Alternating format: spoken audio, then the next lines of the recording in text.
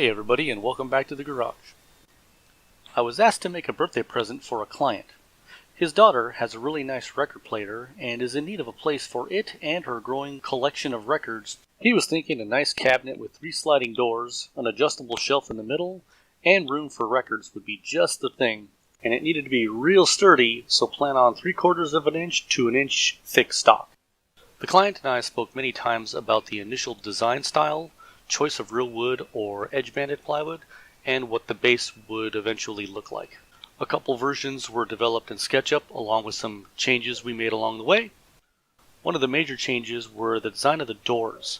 There were lots of examples on the internet that had solid wood door panels, but he really liked the slat style design rather than a solid panel. We decided on real wood, so that means I need to build a bunch of panels. These are 10-foot plus boards of walnut just over an inch thick. My plans have me attempting to incorporate as much waterfall continuous grain style as I can, depending on the wood. Let's see if I can make that happen.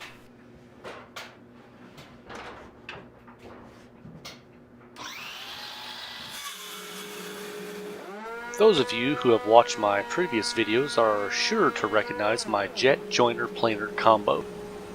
After my review of this tool, I was able to finally use the delete comments function of YouTube. I mean, come on everybody, why do combo tools cause so much hate?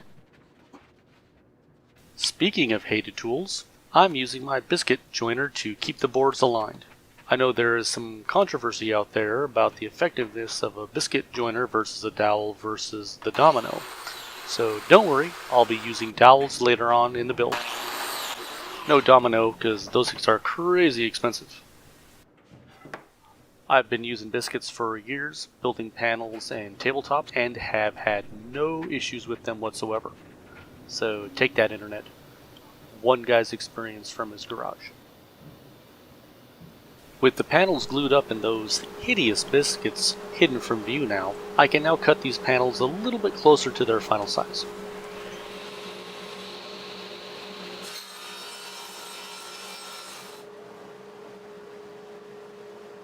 So taking on this job, I knew I was going to have to cut miters on the corners.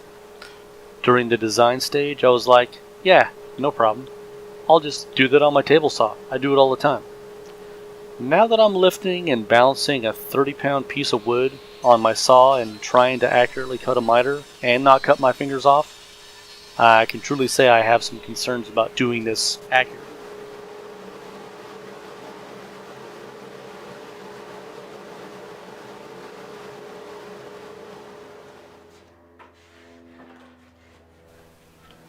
Because these cuts had to be perfect, I went ahead and bought a Makita track saw to finish the cuts to the final dimension.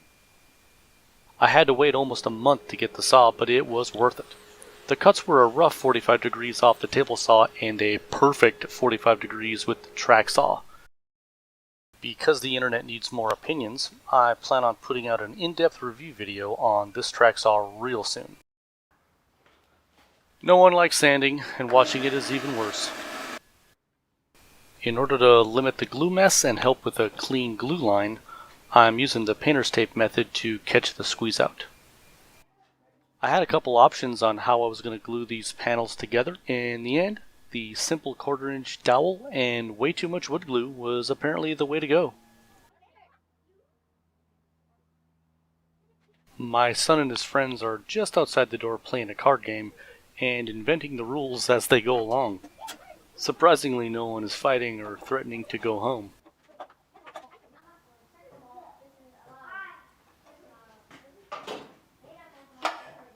I 3D printed these white clamping squares for a different project years ago. They come in handy for quick checks for clamping panels. I probably should have printed bigger ones for this project. Alright, time for a dry fit. Since I have a bunch of large parts, I wanted to iron out my gluing strategy and run through the process. I really didn't want to run into any issues with gluing it up, screwing this up, and trying to figure out how to rip it apart. As you can see, I'm taking my time aligning these parts. You know, it's all part of the inspection process. Not because I forgot to label the shelves and forgot where they go.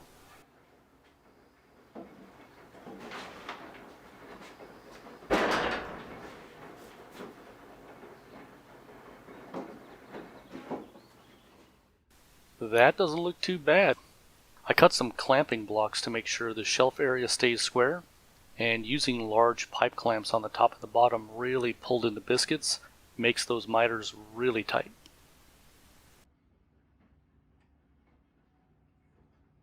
On to routing a channel for the doors.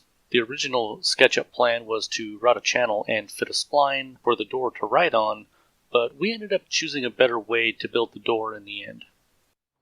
Since I have to do this 4 times and I cannot screw this up, I'm getting my measurements and checking my router fence on a scrap piece before I do anything on the top and the bottom piece. After that test run, the real deal was not very exciting. The cheap 2-flute cutter I used cut like a champ as long as I took my time and didn't go too fast. Here's a close-up of the cut in real time.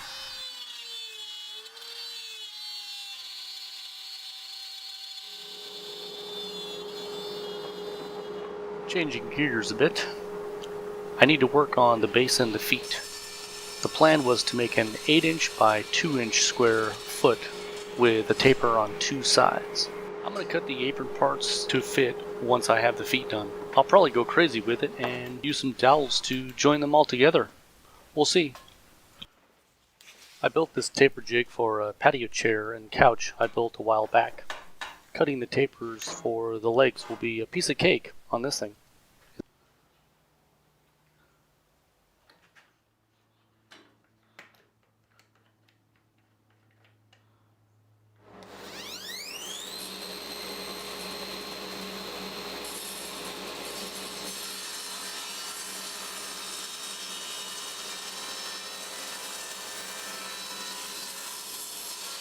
Yeah, I kinda thought that might happen.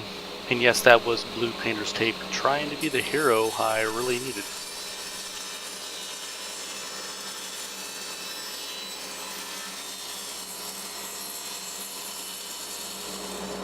Man, not too bad.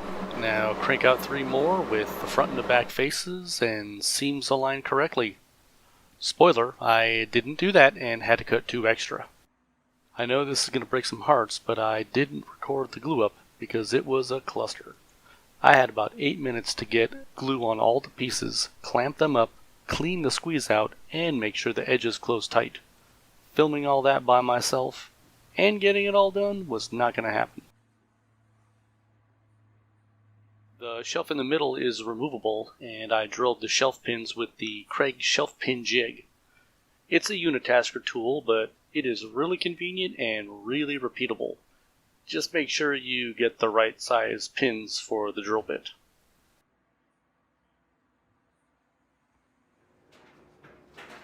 Here's the final 2 designs for the slat doors.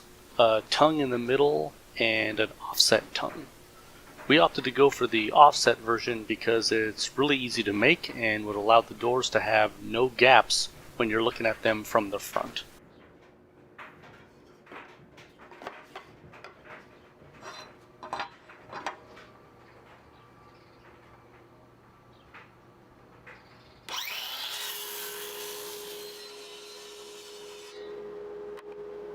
I'm zeroing in on the overall final length and the lengths of the tops and the bottom tongues. It's a bit finicky, but having no gaps in the top and the bottom will definitely be worth it.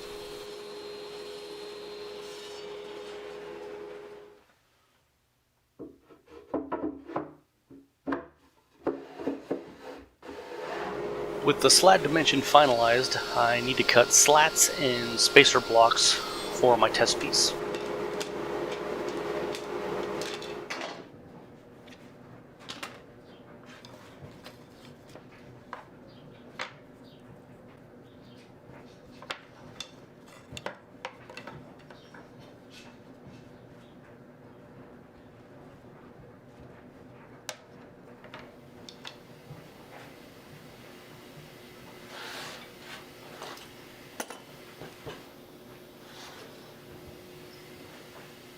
Not too bad.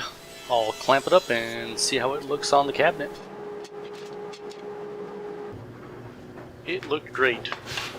Now I just need to cut 36 long strips and 72 spacer blocks, drill a guide rod hole, chamfer the hole, glue them up, and sand the whole thing. Good stuff.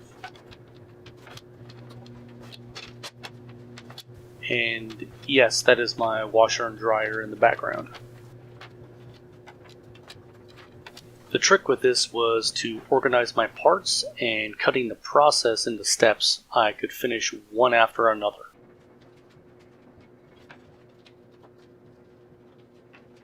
Using the drill to clear and align the holes really helped to make sure the whole assembly didn't do anything funky like warp or twist. Right after this, I pulled the pins out and started the glue up.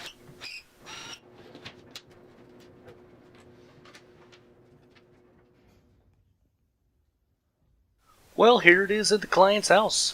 Before it was picked up, I put on a couple more coats of mineral oil and let that soak in for a couple of days.